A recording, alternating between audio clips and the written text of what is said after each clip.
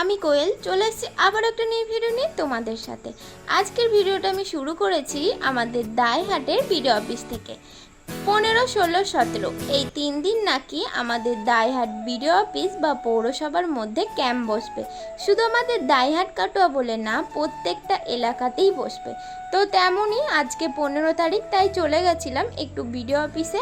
আমাদের এখানে তো বিডিও অফিসেই ক্যাম্প বসেছে, তো সেই কারণে আমি চলে গেছিলাম যুব শক্তির ফর্ম কবে ফিল আপ হবে সেটা জানার জন্যে। আমি তো ভেবেই নিয়েছিলাম যে এখন ক্যাম্প বসেছে মানে এখন থেকেই যুবসাথীর ফর্ম ফিল আপ হচ্ছে, কিন্তু না, ওখানে গিয়ে জানতে পারি যে ওখানে শুধু অন্নপূর্ণা ভাণ্ডার তার সাথে ছাত্রছাত্রীর কার্ড হচ্ছে, এছাড়া আর অন্য কোনো কিছুই হচ্ছে না। তবুও আমি জিজ্ঞাসা করলাম বিধবাদের জন্য বা যুবসাথী ওর ফর্মগুলো কবে বেরোবে।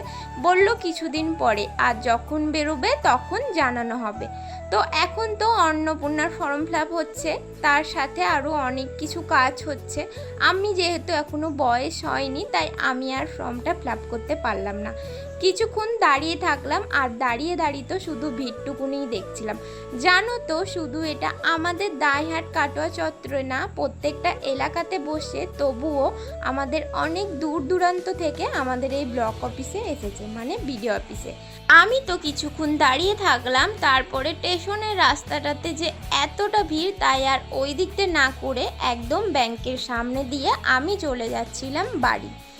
যদিও অন্নপূর্ণার ফর্ম কালকে আমার মায়েরটা আমি অনলাইনে জমা করে দিয়েছিলাম, তাই মাকে নিয়েও অতটা টেনশন ছিল না, তাই হাসতে হাসতেই যাচ্ছিলাম। কিন্তু ব্যাংকের সামনে গিয়ে মনে পড়লো যে ব্যাংকের ভেতরে একটু ঢোকা যাক। যদিও মায়ের ব্যাংকের সাথে ফোন নাম্বার লিঙ্ক করা আছে, শুধু নাম্বারটাকে চেঞ্জ করা হয়নি। নাম্বারটা চেঞ্জ করার ফর্ম আনতে গিয়ে ওপরে গিয়ে দেখি ঠিক বিডিও অফিসের মতো এখানেও ভিড়। আর এই ভিড়ের মাঝে দেখা হয়ে গেল আমারই একটা বোনের সাথে, যার বাড়ি আমার বাড়ির পাশে। হয়তো তোমরা প্রত্যেকে ওকে চেনো। তো ওখানে কিছুক্ষণ দাঁড়িয়ে থাকার পর আমিও নিচে নেমে চলে আসছি, কারণ এখন তো বাড়ি যাব। আর বাড়ি এসে আমার যেহেতু প্রচণ্ড গরম করছিল, তাই একটু বসে বসে হাওয়া খাচ্ছিলাম, আর ও KYC ফর্মটা দেখছিল। তোমরা না খুবই বদমাইশ হয়ে যাচ্ছ, আমার ভিডিওগুলো তোমরা চুপি চুপি দেখে চলে যাও, কোনো মতেই তোমরা লাইক কমেন্ট করো না। প্লিজ তোমরা একটু লাইক কমেন্ট শেয়ার করে আমার পাশে থেকো।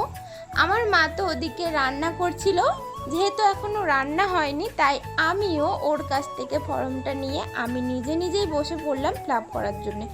আমি আবার এই কাজগুলোতে খুবই একটা এক্সপার্ট মানুষ। ফর্মটা ফিল আপ করার পরই আমি স্নান করে নিয়েছিলাম, আর স্নান করে মনটা একটু ভালো ছিল, তাই দুটো রিলস বানাচ্ছিলাম। আর এইদিকে তো মায়ের রান্না হয়ে গেছিল। আজকে হয়েছিল ভাত, পটল সর্ষে, ডাল, মাছের ঝাল আর ডিমের কারি। আমি যেহেতু মাছ খাই না, তাই আমার জন্য ডিমের কারি, আর ডালটা আমার বরের জন্যে। ওর ভাতের সাথে ডালটা মাস্ট, রোজই লাগবে। মা তো এখানে ওকে খেতে দিয়ে দিয়েছে, আমারও ভাত বেড়েছে, তো বারবার ডাকছিল। আমি যেহেতু রিলস বানাচ্ছিলাম, তাই মাকে বললাম একটু দাঁড়াও, আমি যাচ্ছি। এখন তো বসেও পড়েছি খেতে, আর খাওয়া দাওয়ার পর লম্বা ঘুম দিয়ে এখন আমি ঘুম থেকে উঠলাম, কারণ এবার আমি চলে যাব কাটোয়াতে, আমার বর যেখানে থাকে ওখানে। আর হাতে একটা ব্যাগ নিয়ে নিয়েছি, ওই ব্যাগের ভেতরে আগের দিন তোমাদের যে শাড়িটা রিভিউ দিয়েছিলাম ওই শাড়িটাই আছে, কারণ আমি যেহেতু ষষ্ঠীতে পরবো, তো সেই কারণে ওই বাড়িতে নিয়ে যাচ্ছি, যেহেতু ওই বাড়ি থেকে আসবো। আমি না এই সাইকেলটাকে নিয়ে আসার জন্য আজকে এই বাড়িতে এসেছি, কারণ আমার সাইকেলটা অনেক দিন ধরেই এই বাড়িতে পড়েছিল।